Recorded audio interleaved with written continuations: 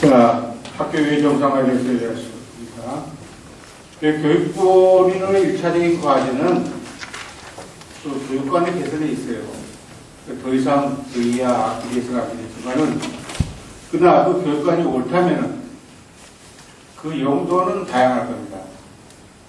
나는 그 교육의 정상화보다는 교육학의 정상화가 선행돼야 한다는 주장을 했는데, 그러면 교육관의 정상화가 됐다면은, 그리고 거기에 교육본인이 포함된다면은 학교교육의 정상화에 대해서 어떤 색다른 발언을 할 수 있지 않을까 이렇게 생각하죠.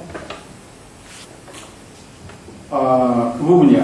지금 우리가 지금 이 시간에 다루는 그 부분이요. 학교교육의 정상화에 대해서 많은 사람이 얘기하고 있는데, 우선 개념적으로 구분해야 될 게, 학교 정상화와 학교 교육의 정상화는 다른 것이에요. 같지 않아요.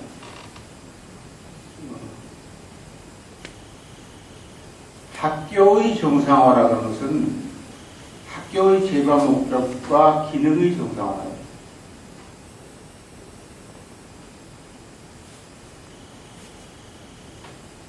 학교 교육의 정상화는 저 그림에서 볼 수 있듯이 학교와 교육의 적정의 재인식과 확장이다. 학교 교육이라는 말을 정확히 써야 돼요. 그러니까 학교 교육의 정상화는 학교 정상화의 일환일 수 있다. 이거. 학교 정상화를 대체하는 개념이 아니라는 거죠. 학교 교육이 정상화라면 이렇게 생각해요.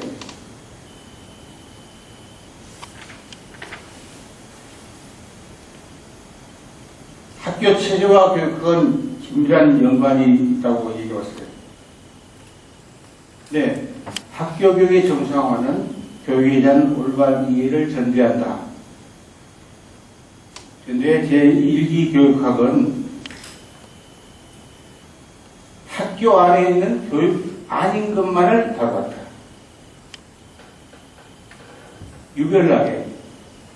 학교에 대한 학제 연구라고 얘기할 수 있는데, 그 학제 연구 가운데 교육학만 배제된 부분이라는 거죠. 지금 저 그림에서 학교 교육 교적 박혀 있는 게 있잖아요. 그것에만 관심을 갖는 거죠. 정치, 경제, 사회, 문화, 무슨 심리, 온갖 것 그것만 다루고 그것을 교육이라고 한 거예요. 이해가 돼요?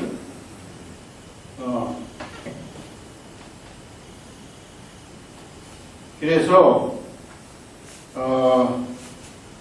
우리가 이제까지 강의에서 살폈던 여러 가지 개념과 지식을 토대로 해가지고 어떻게 학교 안에서 교육을 제대로 인식하고 확장할 것이냐, 교육에 해당되는 부분을 이게 학교 교육의 정상화라는 의미다. 교육본에서 얘기하는 교육의 정상화라는 뜻이다. 이렇게 생각하면 되겠어. 학교를 잘하게 한다. 그게 아니에요.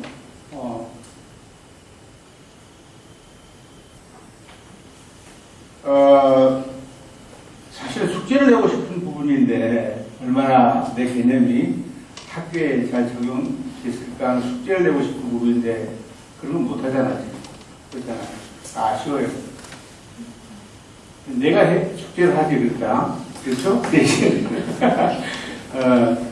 10가지 구체적인 항목을 내가 제안할게요. 10가지 구체적인 항목을. 첫째는 용어 해체와 재건이라는 게 꼭 필요하다. 학교 교육의 정상화를 하려면 용어가 해체가 돼야 돼요. 대개 실천의 문제를 해결하려고 할 때 대개 그 실천 중심의 사람들은 이론적인 논의를 추상적이라고 배제하는 경향이 있어요. 우리 뭐 2조 따질 여지가 없습니다. 아주 급해서 실제 문제가 너무 급하니까 이론의 문제를 따질 여지가 없습니다. 이렇게 해요.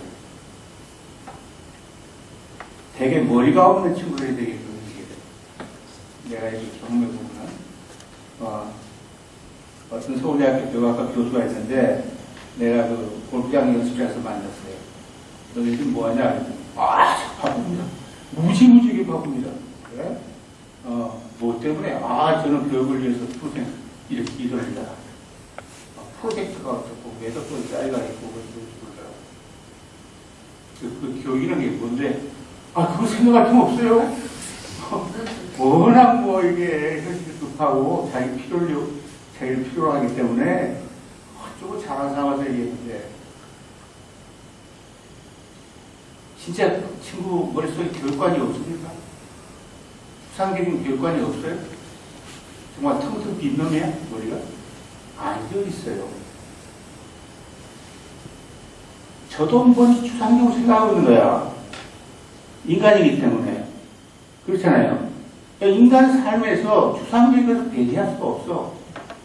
어느 장소에서나 추상적인 것이 작용하는데, 그 관념 가운데 어떤 것을 선택하느냐는 문제예요. 알았어요? 이렇게 생각하지 마세요.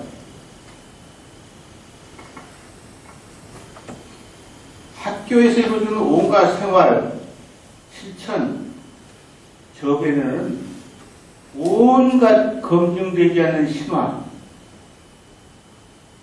상식, 그릇된 교육학의 개념이 지배하고 있어요. 추상적인 것이 지배하는데, 다만 성질이 다른 추상이다 말이죠. 그야말로 추상이야. 그 의미가 또 모호하기 때문에. 그래서 교육에 대한 건설적인 담론이 불가능합니다.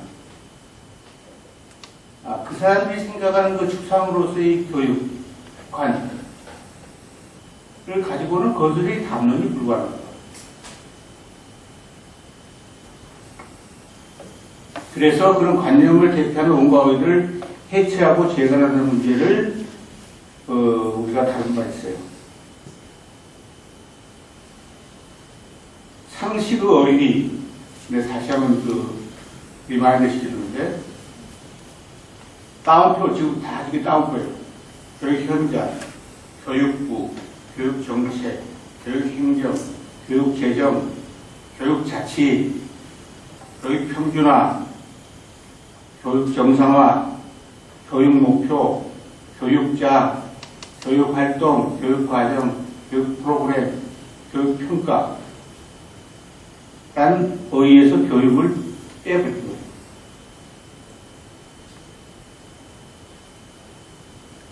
그리고 학교라는 일상으로 대체하면 돼요.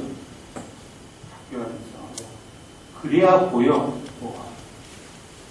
학교계의 정상화라는 말을 쓸 수가 있어. 건설적으로. 그러니까 학교 사태로 그걸 번역해서 쓰자면 말이죠. 그리고 그 의미가 너무도 분명하고 소통의 장애가 하나도 없다.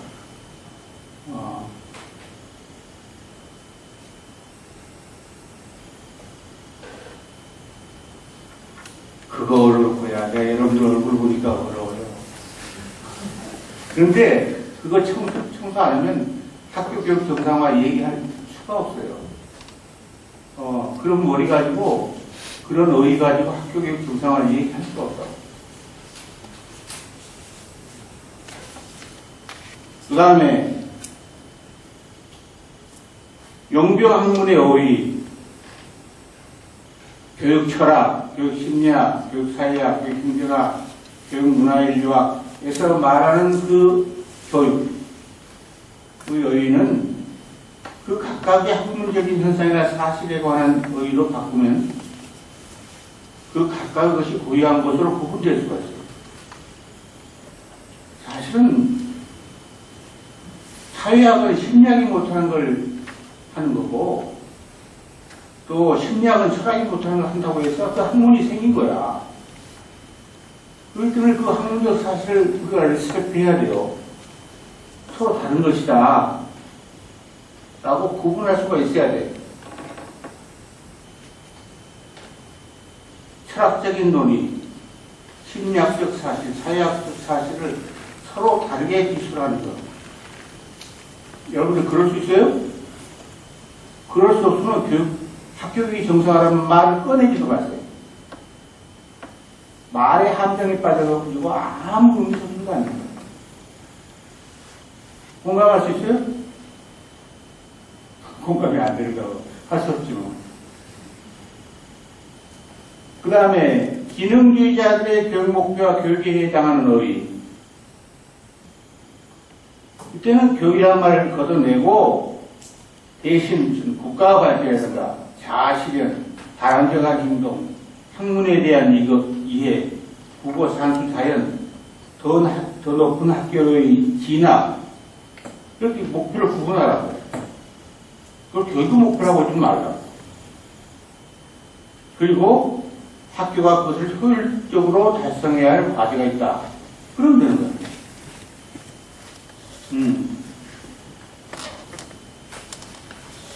국가 발전의 효율적인 달성, 자아실현의 효율적인 달성, 같아야 틀려요. 틀리죠.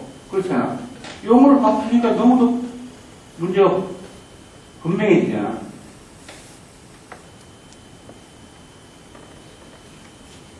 입시 위주의 교육, 이라고 더 높은 학교의 진학의 과제, 그럼 되는 거야.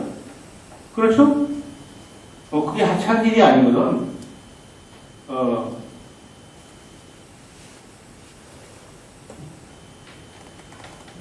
근데 그것은 국가 발전을 효율적으로 달성하는 것과는 다른 종류의 일이란 말이에요.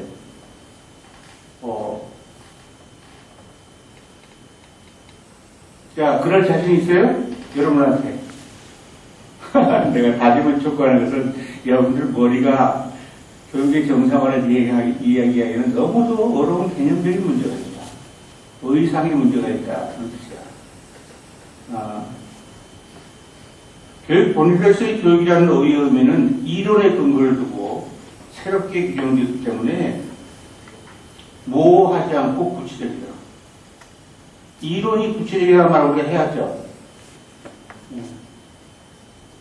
그리고 그 용어나 개념은 그 학교 내외에 보편적으로 사용할 수 있는 개념입니다.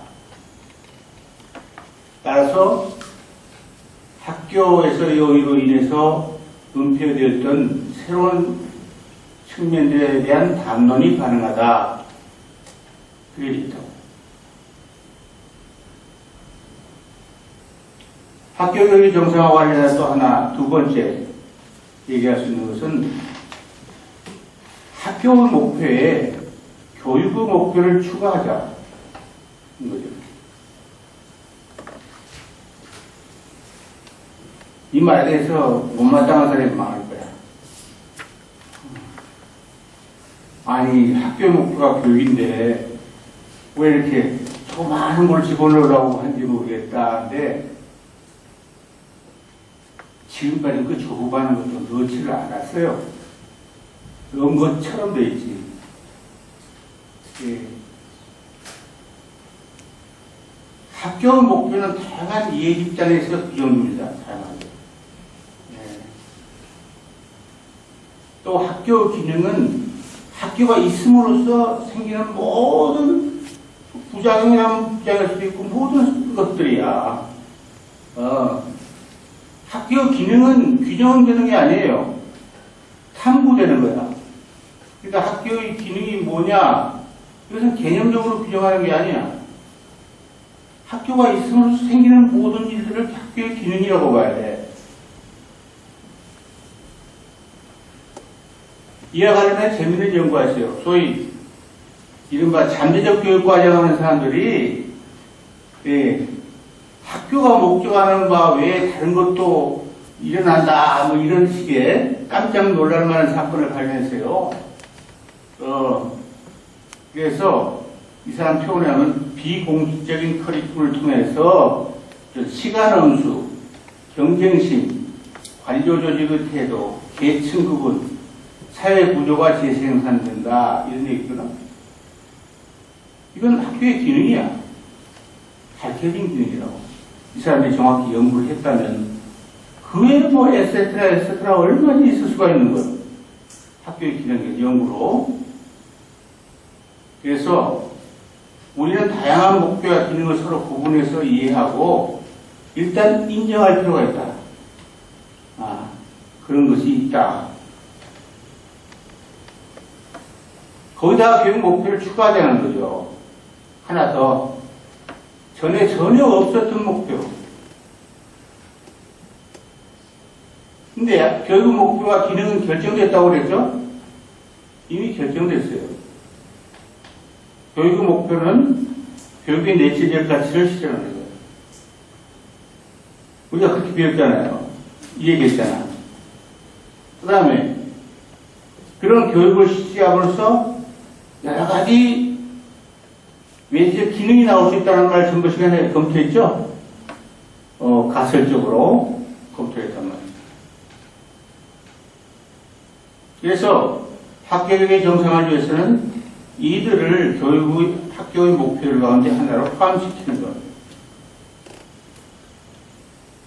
이것이 학교 교육의 목표요. 학교 교육의 목표라.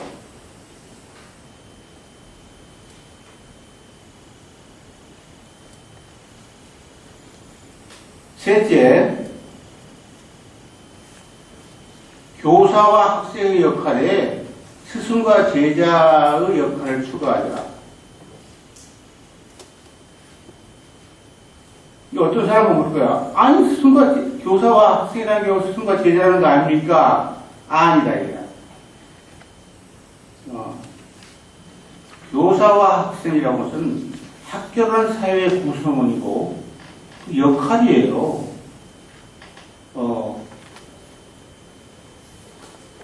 교사 자격증을 따는 거고, 학생증을 갖는 거, 그거야. 학교에서 요구하는 교사의 역할 가운데는 많은 게 있을 수 있죠. 시간 엄수, 질서 유지, 출석 검사, 복장 검사, 수업, 시험 관리, 성적 매기 등이 있습니다.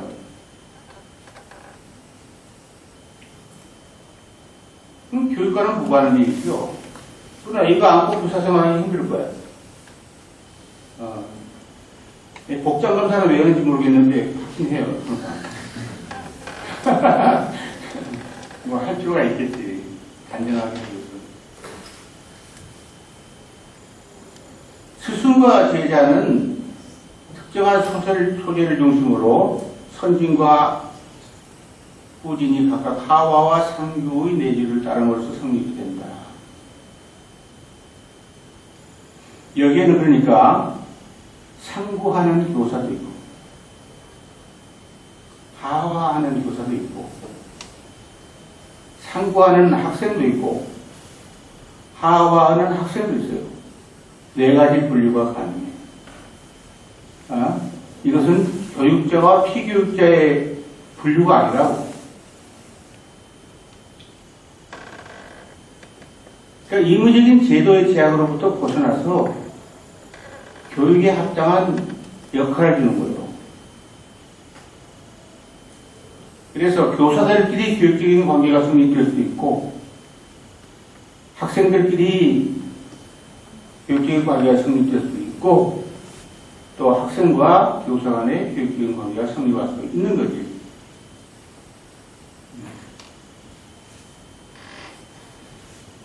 학생과 교사 사이에 있을 수 있는 관계는 교육적 관계 말고 많아요. 그걸 알아야 돼. 네.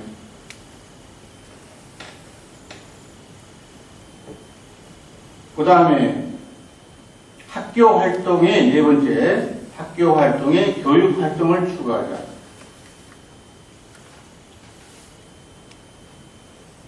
학교 활동의 전형적인 것이 뭐예요? 한 명의 교사가 칠판에 판서를 하면서 뭐가 열심히 말을 하고 다수의 학생들은 그 내용을 노트에 열심히 받아줬고 그러고 나서 선생님의 생각이 학생의 생각으로 전달됐다. 얼마나 추상적인 생각이요? 기가 막힌 추상이. 그리고 한사하나 말한 내용을 시험 문제를 출제하고 학생들의 시험에 대비해서 그 노트를 암송하고 기억하고 그 과정에서 컴퓨터를 천재로 규정하고 선망하고 그리고 그 결과에서 눈물 짜고 웃고 야단했습니다. 그게 학교 활동 아니에요. 내 말이 틀렸어? 하려면 하자는 거죠. 그걸 부인하지 말자. 나 그걸 교육활동이라고는 하지 말자는 거죠. 거기다가 또 추구하고 싶으면 추구하자. 학교 활동, 학교 교육의 정상화를 위해서. 그것은 상부활동, 하화활동, 상부의 내지를 따르는 활동, 하와의 내지를 따르는 활동, 교육적 교섭의 활동, 우리가 다 배웠잖아. 배웠다가 아니라 말로 전달했잖아. 후미의 식별, 청학, 청교, 소재 설정, 소재의 개별화, 수인이교, 명적응과 암적응, 시범과 실습, 교육적 시수, 교육적 교섭, 교율, 교육평가, 교육 여건의 조성, 교육의 사용, 이런 기억나요? 이런 요소를 추가하자는 거지. 예. 그리고 그것을 교육 활동으로 지칭하는 것. 또 학교 활동 가운데 교육적인과 교육적이 아닌 것을 구분하는 것. 과연 수준별 수업이다. 그건 그 수업 가운데 교육적인 활동이다.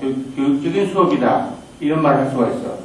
어떤 점에서 순차와 역차라는 내집의 일차이기 때문에 그 말에 의해서 그게 성립되는 게 아니라 정말 그게 실천이 된다면은 그걸 갖다가 우리는 교육적인 수업이다. 이렇게 얘기할 수 있는 겁니다. 눈높이 교육이라는 게 있는데, 아까 얘기대로 여기서 눈높이는 불필요하다고. 그거 자체가 교육이에요. 다섯째, 외재적 동기의 절제와 내재적 동기의 활성화. 라는 것을 추구하자. 그러니까 동기는 활동이 지향할 방향과 에너지를 제공하는 측면인데, 내재적 동기라는 것은 그 자체가 좋아서 하는 동기야. 그 다음에 외재적 동기는 어떤 대가와 보상을 요구하는 동기야. 근데 그 차이는 내재적 동기는 만족될수록 계속하죠. 그렇죠? 그런데 외재적 동기는 만족되면은 소멸한다. 그런데 우리는 학문이든 교육이든 그 자체에 예적 가치가 있다고 그랬어. 동기도 있다고. 그런데 그걸 이용하려고 하는 것이 아니라 그걸 전부 맞사라는 조건을 둬요. 일제 수업 같은 게 그런 거 아니에요. 그게 학문의 동기가 생길 수 없고 교육의 동기가 생길 수 없다면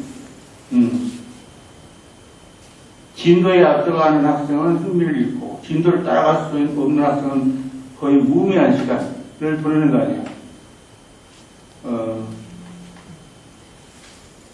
우리 집에 애들이 두 명이 학교 다니면서 제일 안타깝게 생각하는 게 교과 과정을 따라가는 놈은 10명 이내라는 거야.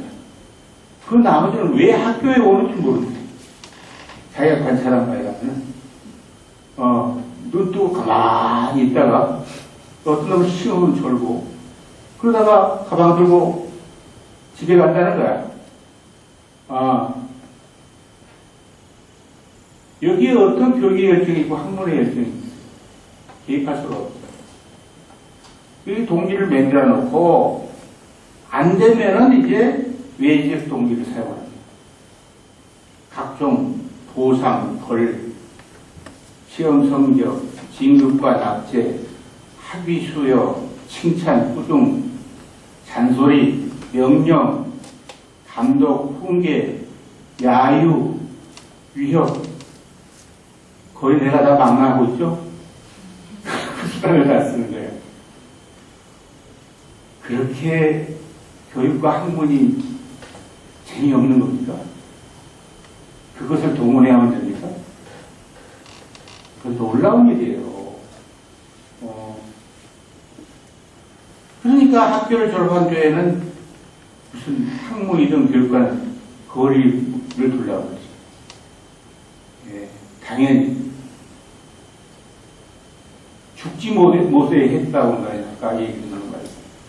그 죽을 일을 또 하겠어? 졸업하고 나서? 근데 그렇게 학문과 교육이 하찮은 것이냐고요. 그에 대한 동기가 없을까? 그걸 왜 살리지 못하냐?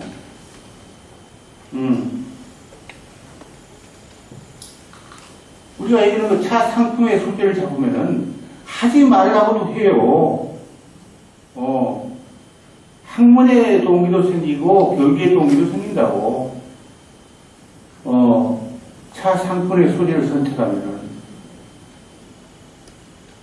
또 그럼으로써 상부의 동기가 살아나고 하와의 동기가 살아나고 상부 동기와 하와의 동기는 서로 보강하죠. 그 열기로 학교가 진행돼야 되고요. 별도의 보상이 필요 없다.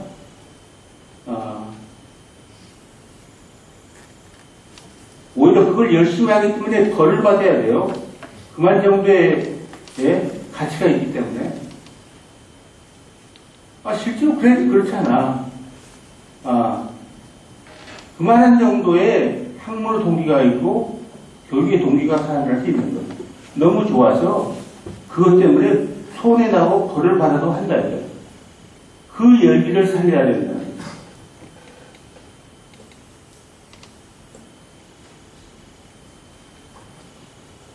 여섯 번째, 교과에 교육 소재의 의미를 추가하자.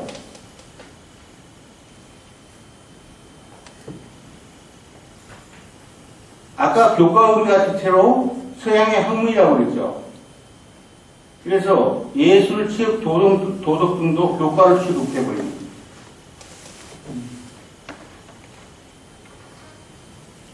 학문 이외의 여타 분야는 좀 미안해서 그랬는지 재밌는 용어가 있어요. 특별 활동을 집어넣어요. 그게 특별 활동이에요. 그게 가장 보통 활동이야지. 왜 이렇게 특별 활동이 되냐고. 영어를 쓸 때 그냥 부끄러운 줄 모르고 만들어 쓰는 사람들이 많아. 그리고 교과의 내용은 절대적이거나 학생들의 학년별로 일률적으로 규정한다. 그래서 공적으로 인정된 지식을 학생에게 주입해야 한다는 강박관념에 사로잡혀 있어요. 그리고 그 내용을 습득하는 게 교육의 목적이라고 생각합니다. 교육 본의론에서는 교과의 내용과 교육의 내용을 엄밀하게 구분하죠. 교과는 한마디로 교육의 소재에 불과하다고. 목적이 아니라 수단이란 말이죠. 수단이 한 가지 종류야. 그래서 학문을 교육의 수단으로 삼을 수 있고 예술을 교육의 수단으로 삼을 수 있고 또 어떤 수준의 것도 교육의 수단이 되는 거예요.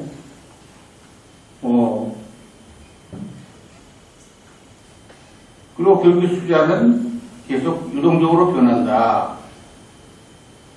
그런 의미로 교과를 의미를 확장한다.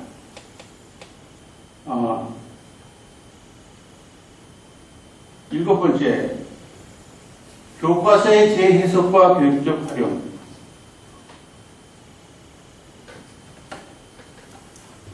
지금 학교는 말이죠. 학교의 커리큘럼은 교과서를 위주로 진행이 돼요. 그래서 교과서 내용은 정답이 돼. 기가 막힌 추상이죠. 이런 추상이 있을 수가 없어. 어떻게 새긴 머리면 이런 생각을 생각하는 거죠. 그렇죠. 말도 안 되는 추상. 내가 신화라는 말이지만 그것에 학생들의 반응을 일치시키는 것이 교육의 목적. 그 쓸데없는 교과서에 머리를 맞추는 것이 교육의 목적이래요. 어떤 넉넉한 교육학자는 교과서를 가르치고 배우는 것이 교육이라는 그런 이상한 또 우상 숭배적 추상을 하고 있어요.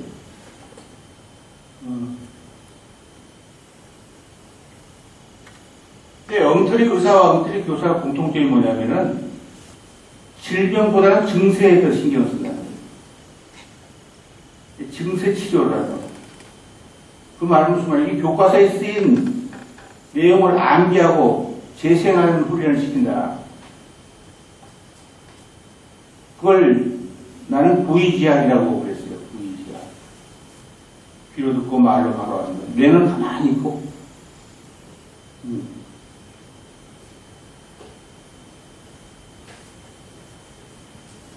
그런데 교과서라고 하면 뭐겠어? 그냥 이 얘기야.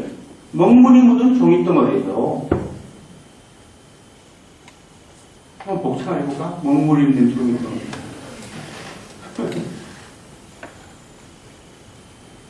근데 그 의미는 우리 머리에서 나오는 거죠. 교과서에서 나오는 게 아니라 우리 머리에서 나오는 거야. 그 의미는. 그래서 그 의미가 교사의 것도 있고 학생의 것도 있고 또 저자의 것도 있어요. 그래 안 그래? 근데 교육에서 중요한 것은 그 의미 전달이 아니라 의미의 충돌이고 그 의미 충돌을 소재로 어떻게 교육 활동을 하느냐, 이게 중요한 거야. 그러니까 교과서에 대한 해석 수준이 다르고 그것이 바로 학생과 교사 간의 품위의 차이고 그 품위의 차이를 연결하는 것이 교육적 교섭이라는 거죠. 그것은 말로 전달되는 게 아니라 체험을 해야 된다. 학문의 체험이라는 것은 연구를 하는 것이고 예술의 경우는 창작하고 발표하는 것이고 도덕 경우는 언행일치에 실천하는 것이고 그렇단 말이죠. 교과서에 그런 게 있어요? 없다고. 그리고 교과서의 내용이 일치한다는 말이 또 무할 뿐만 아니라 결국 목적은 그런 게 있는 게 아니라 한 품이라도 앞서가는데 효과적이었다면 그 교육의 가치가 있는 거야.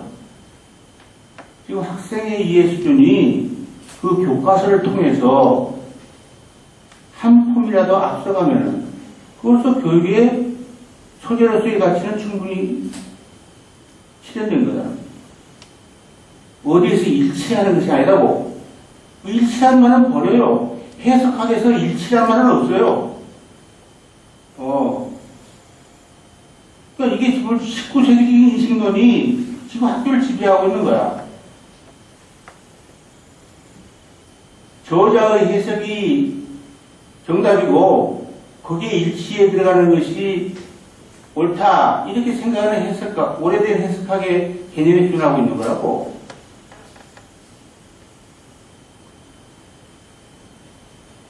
그래서 우리는 그와 관련해 교육적 이해 혹은 교육적 소통이라는 말을 검토했는데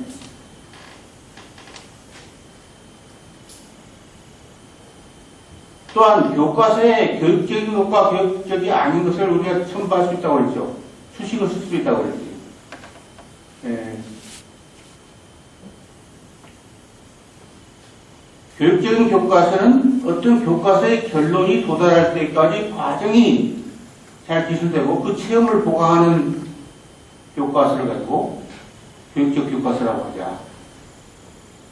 그러니까 교과서의 결론을 얻기까지 제시하는 그릇된 출발점, 잘못 유도된 일반화, 무의식적인 편견의 작용, 시험 단계에서의 시행착오, 오류 실패로 끝난 실험, 잘못된 관찰, 새로운 발견에 따른 흥분, 희망과 절망, 각 단계에서 터득한 체험과 사고 과정이 교과서 내에서 포함되어 있어야 돼요. 그리고 교육적이지 않는 교과서는 그냥 결과만 얘기한 거예요.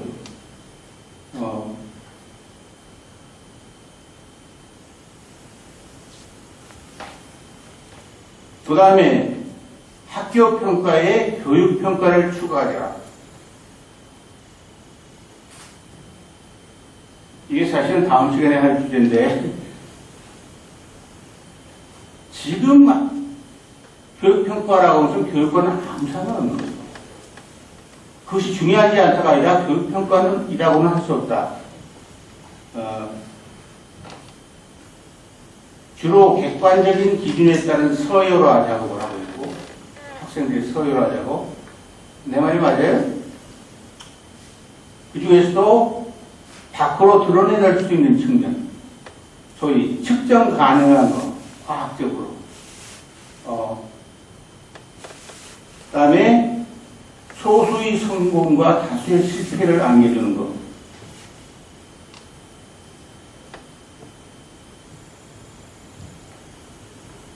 입시 선수의 훈련, 전략으로서의 부의지학적 대응,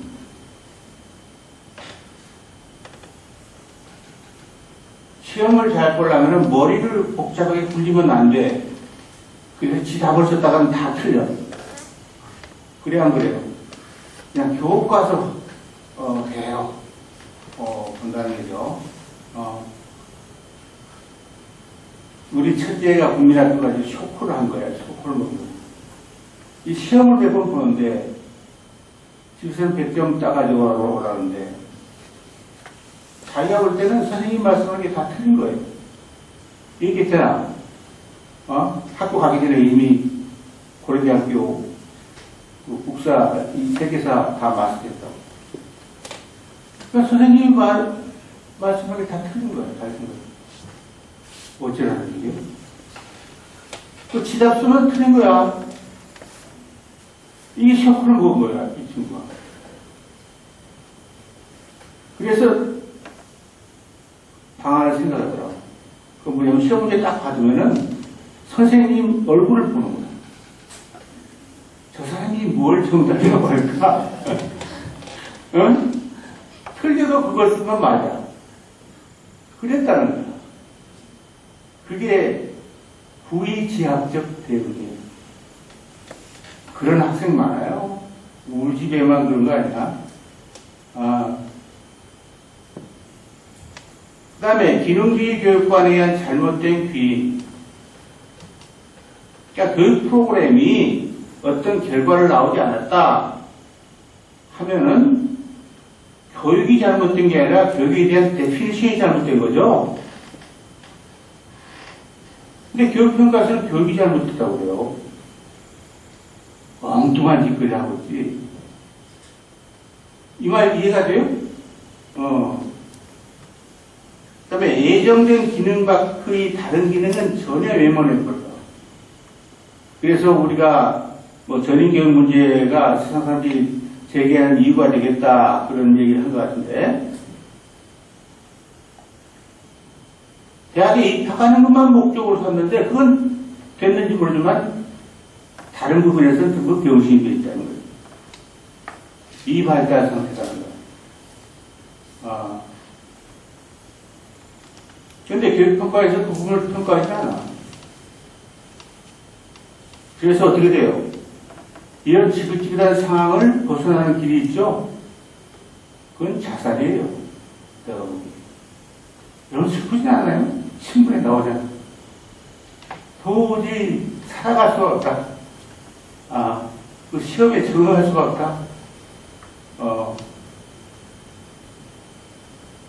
아까 우리처럼 부의지학적 대응을 못한 순진한 놈은 그게 대단한 것인 줄 알고 심각하게 자기 실패로 오인하고 자살하잖아. 그럴 이유가 뭐였어요? 그게 교육의 원인입니까? 학교 사태, 더구나 평가 체계의 문제지. 그렇죠?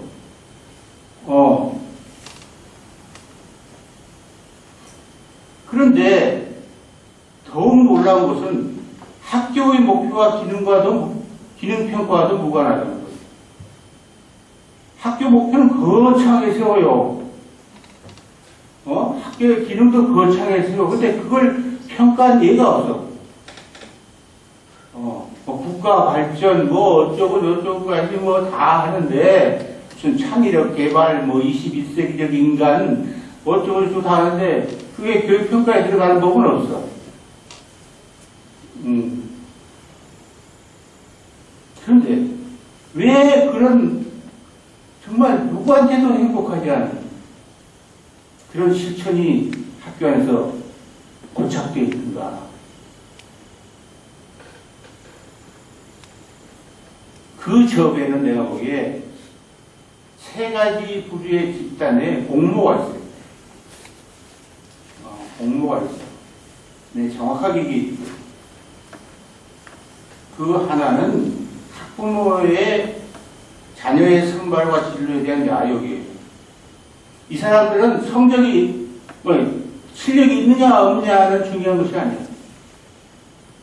서열에서 자기 자녀가 얼마큼 유리하냐. 어떻게 더 좋은 학교, 다운표, 더 높은 학교를 가느냐가 관심이 있지, 그 사람들이 실력에 관심 있는 게 아니야. 그 집단이, 그 집단 하나. 그러니까 맹목적 서열에 집착하는 집단 하나가 있고, 또 하나는 학교의 자기 보존의 목표라고 그랬죠. 아까 얘기했잖아. 더 높은 학교로 가는 것이 학교의 목적이라는 것은 뭐예요? 입시유리 교육아닌가?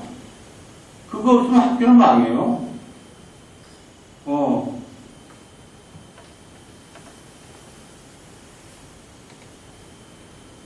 그래서 학교에서는 지금 입시유리 교육을 비난하고 있지만 그 덕을 가장 잘 보고 있는 집단.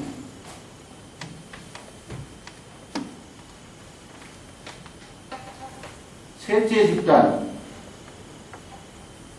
교육평가에 무능하면서도 따옴표, 교육평가의 전문가로 행세할 수 있는 특혜를 누리고 있는 집단. 어렵게 생각해보세요. 교육평가 전공하는 사람들. 내가 이렇게 말할 때 교육평가를 모르는 사람이기 때문에 그런 거 아니야. 나는 세계에서 제일 이름난 교육평가 교수한테 제대로 교육받은 사람이에요. 가장 훌륭한 대학에서 가장 훌륭한 교수 밑에서 교육평가라는 걸 전공한 사람.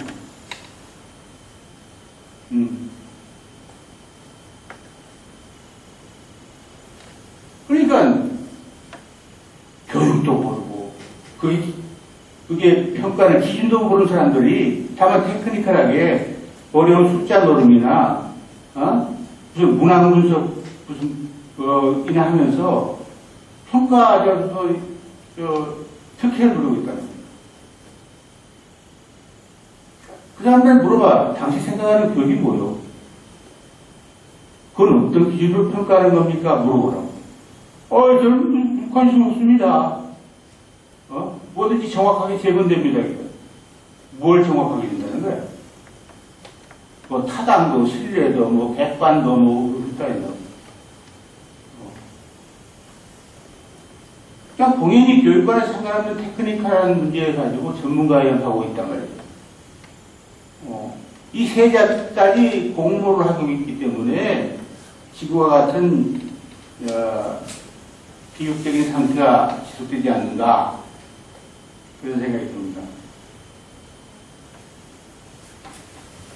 그래서 정말 나는 학교평가라는 것이 매우 중요하다고 보는데 정말 학교의 목표와 기능에 맞게 평가가 이루어져야 돼요. 교육과는 상관없이라도 거기에는 단기뿐만 아니라 장기적인 부분이 아니라 전체를 포괄하는 그런 평가가 이루어져야 된다. 그런데 거기다가 교육평가도 첨부하자는 거죠. 첨부하자는 거죠. 이게 학교의 정상화를 위해서 필요하다. 이건 다음 시간에 살필 주제지만은 가령 교육 자체의 평가, 또 교육 여건의 평가, 교육 기능의 평가, 이런 것들을 다 포괄을 해야 돼요. 한 번도 해본 적이 없어요.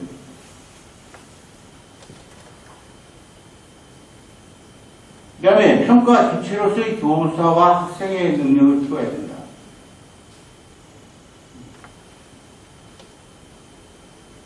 그리고 현 상황의 교육적 이용이라는 걸 내가 생각해 보는데, 여러분 주기적인 지필검사를 하죠? 학기말 시험, 무슨 주중시험, 무슨 주말시험, 월말시험 다 있잖아. 이때 시험지가 나가고 답이 나오잖아. 학생들. 그렇죠? 그런데 시험지에 반영된 학생들의 대답, 이것은 학생의 입장에서는 정답이 없어요. 그래 안 그래?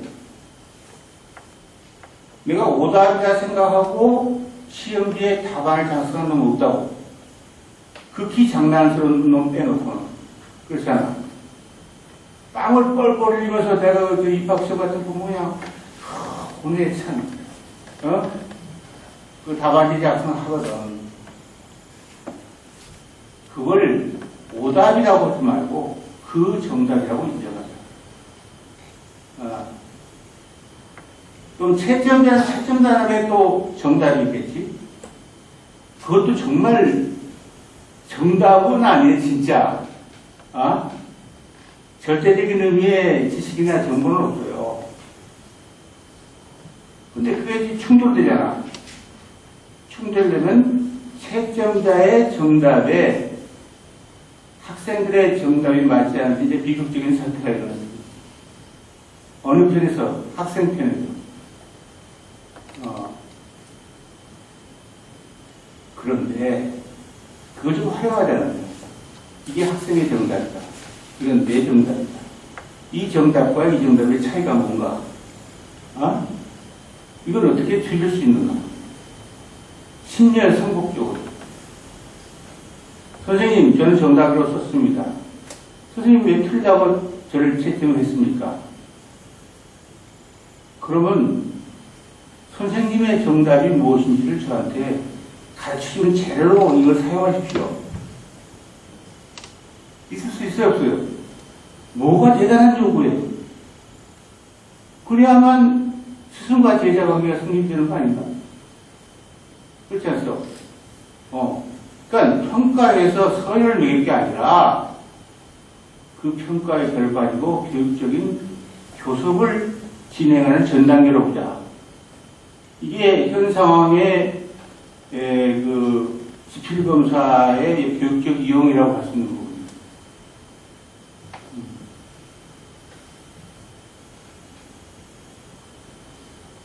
시험지 반응이 이제 못마땅하니까 요즘 수행평가한다고 하잖아. 그건 진이 뭐야? 수행을 본다. 그러니까 논문 쓰기라든가, 그림 그리라든가, 수영하기라든가, 그렇단 말이에요. 그런데 이것도 조금 문제가 되는 것이 서열에서 외부에 보고하려면 안 되죠. 교육적으로 활용하려면. 서열을 매겨서 외부에 보고하려고 하면은 다른 전략이 나오죠. 그렇잖아. 그게 아니라 그걸 교육의 선제에 대한 정보로 해석을 해서 교육적인 교섭을 하는 자료로 삼자. 수행의 차이에 의한 점진적인 시범과 실습을 하는 것이 뒤따라야만 수행평가의 교육적 활용이다. 이렇게 얘기할 수 있단 말이에요.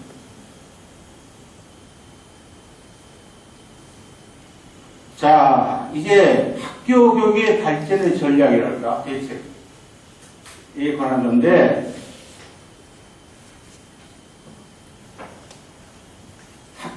학교 교육의 발전이라는 것은 학교 구성원이 교육적인 삶을 향유할 수 있는 공간과 시간의 확장을 뜻한다. 매우 특수해요. 그런데 이것은 마음대로 되는 것이 아니라 학교와 이해관계에 있는 사람들의 공감을 필요로 한다. 누구 하나의 독단에 있을 때는 게 아니란 말이에요. 여기는 교육학자, 정부부처, 학부모, 학생들의 공감과 지원 이런 게 필요하단 말이에요. 근데 우리는 거기에 두 가지 통로가 있다고 그랬어요. 하나는 메타교육이고 메타교육에서 교육 자체의 역량을 갖게 하는 것이고 다른 하나는 여건의 조성이라는 겁니다.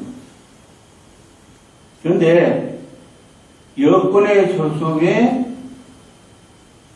앞서는 것이 메타교육이에요.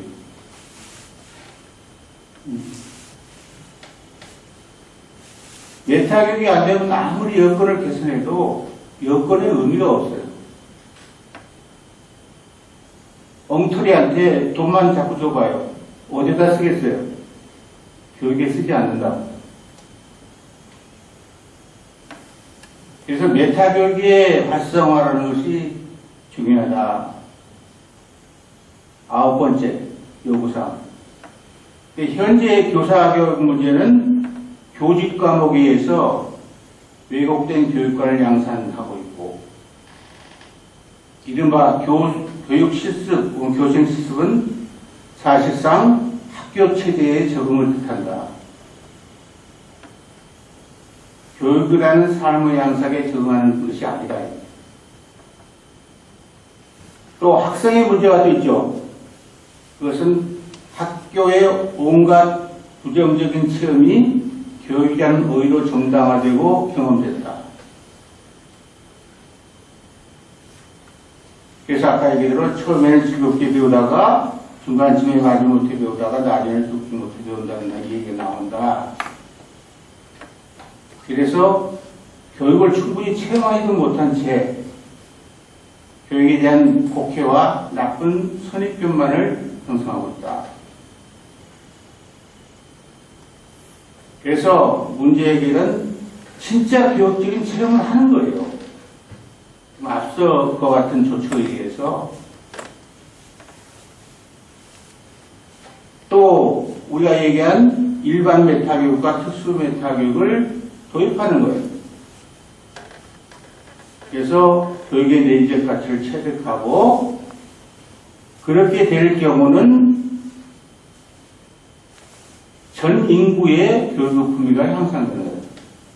왜 내가 이런 말을 했어요? 학교 안 다니는 사람이 없잖아, 거의. 그렇죠? 학교에서 메타교육을 해서 교육의 품위가 올라갔다면 전 국민의 교육의 품위가 올라갑니다. 그만큼 중차대한 과제. 교육의 여건 개선. 아무리 교육의 능력과 열망이 있다 하더라도 올바른 여건의 지원이 없다면 교육적인 삶을 향유하기 어렵다.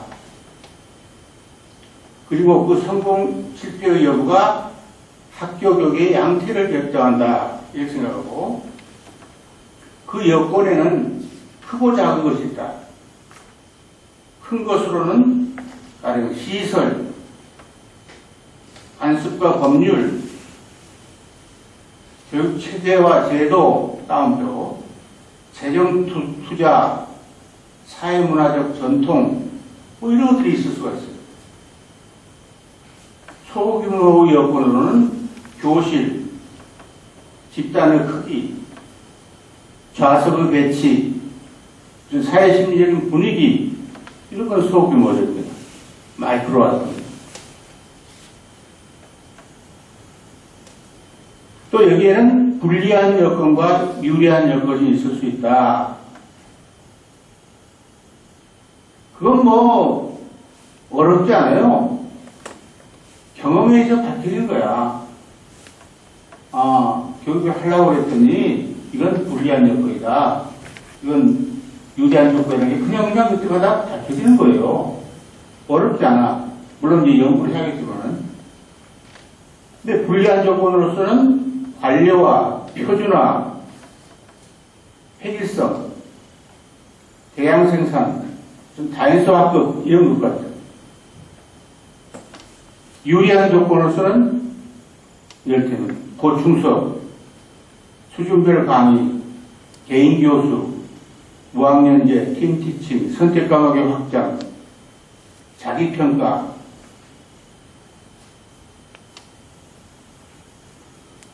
여건에는 통제 가능한 것과 통제 불가능한 것이 있죠. 물론 그 통제의 주체가 누구냐에 따라서 스팬 오브 컨트롤이 달라지겠지만, 교사 간에도 어느 정도 통제 가능한 것이 있을 수 있단 말이죠. 교장은 교장 나름으로, 학교는 학교 나름으로. 통제가 불가능한 것에는 적응할 수밖에 없죠.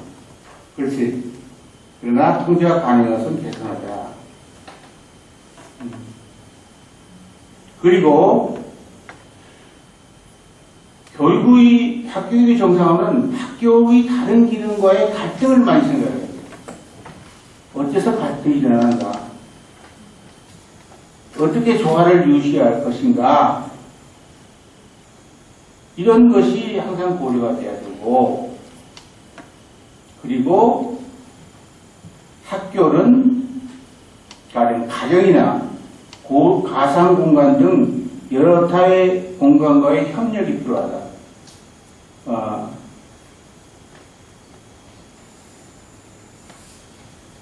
열 가지 제안을 했는데 황당해요? 황당.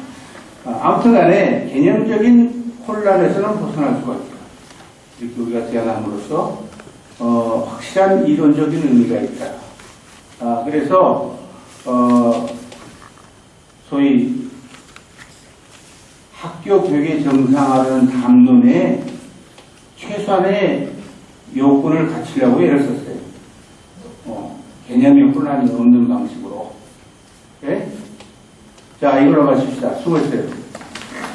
네.